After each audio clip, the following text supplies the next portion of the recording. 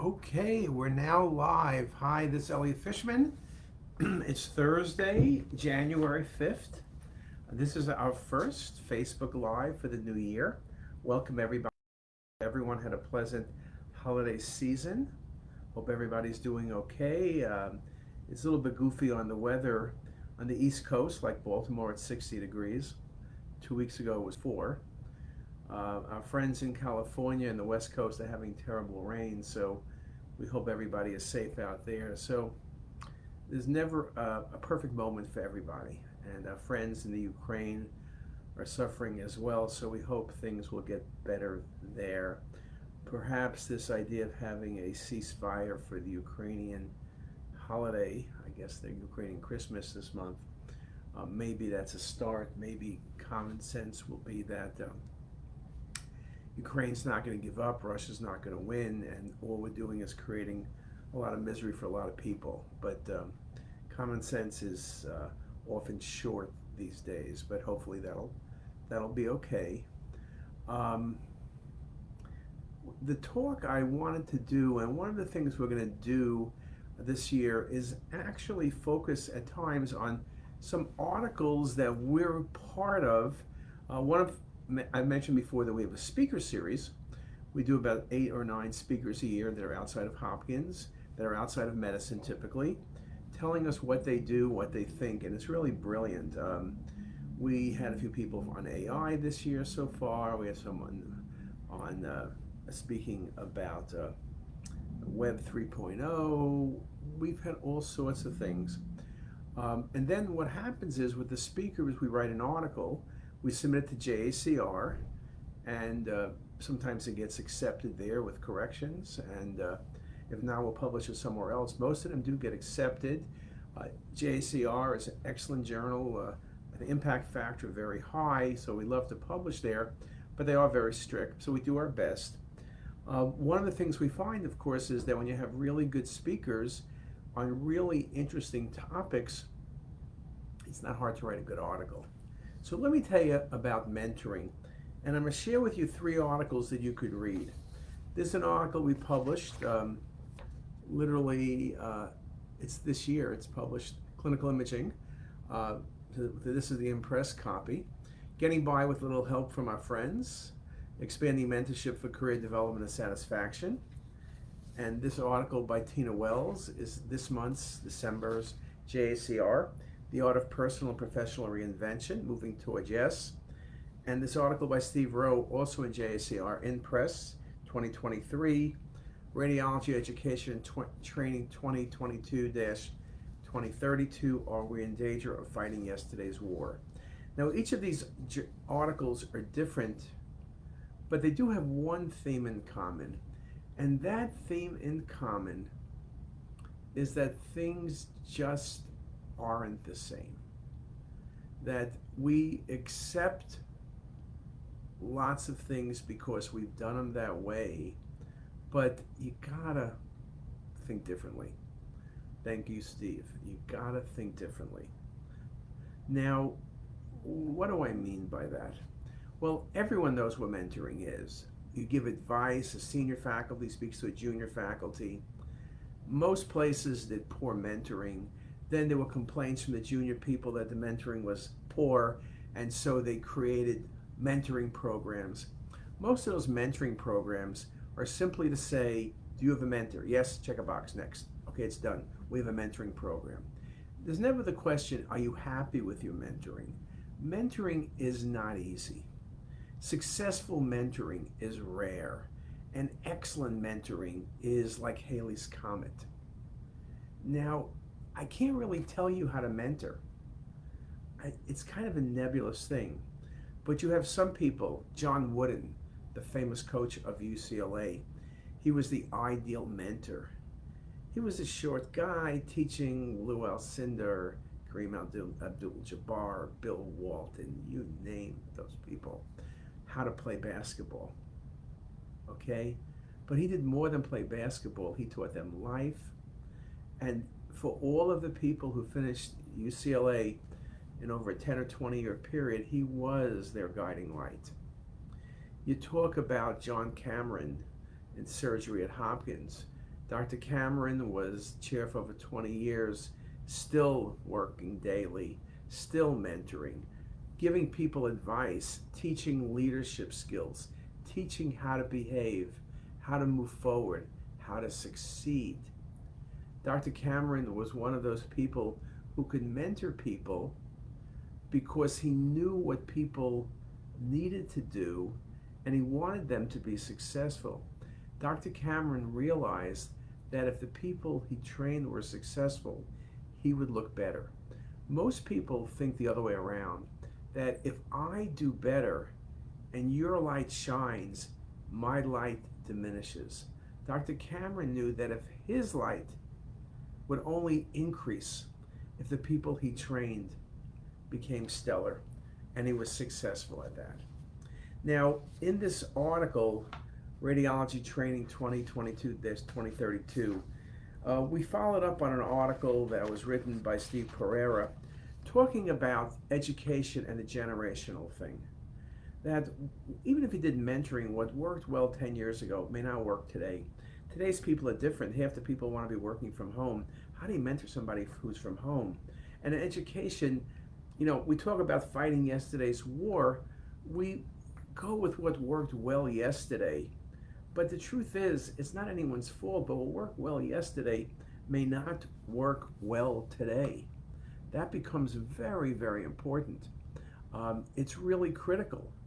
It's really, it just is amazing how the time changes everything. Now, in this article, Getting By with Little Help from Our Friends, we spoke about how mentorship typically is a senior person speaking to a junior person. And it's radiology speaking to radiology, surgery to surgery. I will tell you personally, my mentorship came from other departments. Dr. Cameron is a good example, and other people, as well as people outside of Hopkins, the Ed Catmulls of the world. Those were the people who really showed me what I needed to do and how I needed to do it. And you don't need to have a mentor, one person. In some ways, you need to learn from many people different things, how to behave, how to be tolerant, how to lead, how to learn, how to discover. You don't need one person. Maybe you find that miracle person, the Dr. Cameron or John Wooden. Most of us, you need a few people. In this article, we spoke about something that Patrick Collison, head of Stripe, speaks about, is how he had mentorship of senior people, and he's very grateful for that. But he spoke about a circle of friends. That in that circle of friends, you get mentorship. Now, that's a bit challenging. Like, if you're a bunch of assistant professors, is that the person who can mentor you? They may not know a lot. There's this conflict perhaps of competition. But I think one thing to think about is somebody in surgery can mentor you, and your friends outside of radiology. Many of you have lots of successful friends. Now, they may not know how to present the opening session at RSNA, but they know what it takes to be successful and what you need to be doing. So this idea about mentorship does not need to be within your specialty and even within medicine, okay? Well, I'll read you a quote. While mentorship is important in radiology, some have reported on the lack of emphasis of mentoring, particularly in the form of formal programs for med students, residents, fellows, and junior faculty. Again, formal programs are great, perhaps, but I don't know. I think mentoring is hard. I think you need to figure out a way of getting more advice. There's no such thing as too much advice. We quote, there is no ideal formula for mentoring. If there were, it would be like used universally. As it is, there's a wide range of opinions on the effectiveness of standard mentorship models. In some cases, academic departments may offer mentorship to check off a box of expectations. Remember, mentorship is kind of like, I interviewed someone a couple of years back about mentoring, and they said, oh, they're mentoring this person, this person, this person. And then I looked at those people's CV, they really didn't do a lot. And the person told me, well, mentoring to me is giving advice, but I can't be bothered with the details. I think it's the other way around. If you're mentoring someone, you got to make sure they're doing what you told them to do. Otherwise, it's like telling someone, okay, I'm going to give you advice on the stock market. Buy low, sell high. Okay, if you can do that, you'll make a lot of money. You'll always be winning. But how do you do that? I don't know. No one. That's the thing. What is it you're doing and how do you do that becomes very, very important. I think also you need to really take control of mentoring and make sure you're happy.